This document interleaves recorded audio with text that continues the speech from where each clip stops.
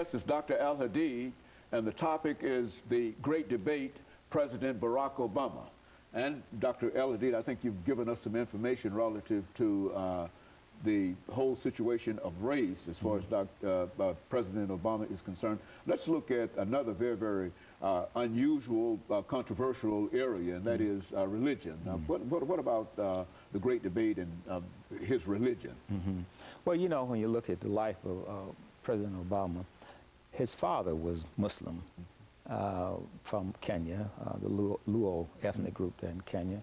And then his stepfather, you know, his mother was married twice, was Indonesian. He was also Muslim. So I think for the first, well, let's say the first 12 years of his life, he was exposed to the Islamic faith. Now, his mother, on the other hand, was not committed to any religion. She was basically an anthropologist. She saw that religion was expression of culture, and he was exposed to a wide range of religion: Buddhism, Hinduism, Shintoism, traditional African religion. So he grew up not really being totally committed to any religion. But as he started working as a community organizer and started working through his core values and beliefs, he realized that he needed to be grounded in a community. So as you know, he eventually ended up attending the church of Reverend Jeremiah Wright, Reverend Dr. Jeremiah Wright, Trinity United Church of Christ. And not only was he able to work out his spiritual journey, but to deal with his identity crisis, because Jeremiah Wright is what I might call a black Christian nationalist, same line of thinking as James Cone and some of the others along those lines. So as he went to this church, now he stayed with Jeremiah Wright for about 20 years.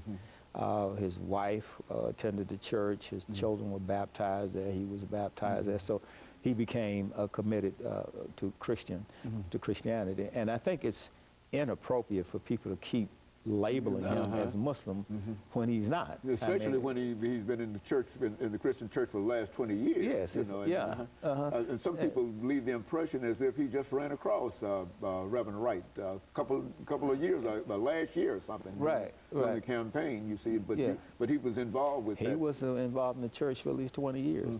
Now, I think maybe when he first went to the church, he might have been looking for an institution that could help him with his community organizing, or he might have been looking for an institution that could help him get votes, because, you know, he ran and was successful in becoming a state senator in Illinois. In fact, he was a senator in Illinois for 10 years. And so it could have been for those reasons. But then eventually, you know, he got in that environment, and he saw something in the black Christian church that he didn't see in the other churches. Now, there was some background. You know, his mother came out of a Methodist, his grandmother rather, came out of a Methodist background, and his grandfather, who they were both white, came out of a Baptist background. But when they left Kansas and went to Hawaii, they no longer practiced this religion. So they just basically were good people, core values that were based on Christianity, but they were not churchgoers. And he wanted something different for himself, because, as you know, most of his life, he had this identity crisis. I mean, he saw himself as being African American, but he didn't fit well among African Americans. When he left Hawaii, graduated from an elite school there in Hawaii, and then went to Occidental College in Los Angeles, he didn't fit in.